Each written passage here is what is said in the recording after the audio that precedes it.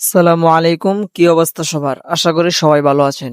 গত ভিডিওতে আপনাদেরকে দেখিয়েছিলাম যে আমাদের শাকসবজির কোনো অভাব নেই, তেমনই শাকসবজির মতো আমাদের ফল গাছের কোনো অভাব নেই। বিগত বছরগুলোর তুলনায় এবছর লটকনের ফলন আলহামদুলিল্লাহ ভালো। আপনারা ভিডিওতে যে গাছটা দেখতে পারলেন এটা মূলত আমার এক চাচার গাছ।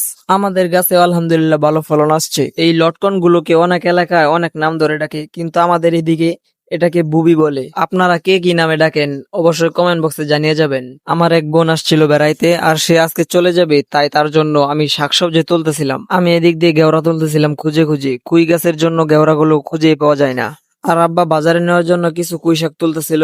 ওখান থেকে আমি কিছু কুই শাক নিয়ে নিলাম আমার বোনকে দেওয়ার জন্য।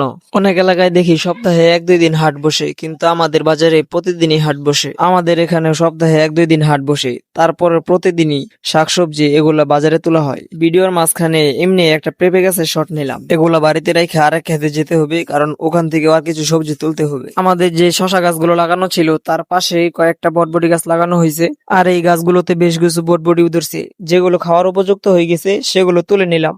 আর একটানা বেশ কিছুদিন বৃষ্টি হওয়ার কারণে শশা গাছগুলো সব মারা গেছে। আর শশা ক্ষেতের এক পাশে অনেক বড় একটা কলার ছড়ি ছিল, এই বৃষ্টিতে সেই কলার ছড়িটাও পড়ে গেছে। আর এই মরিচগুলো নিয়ে আমি এখন বাজারে যাব। সবাই ভালো থাকবেন, আসসালামু আলাইকুম।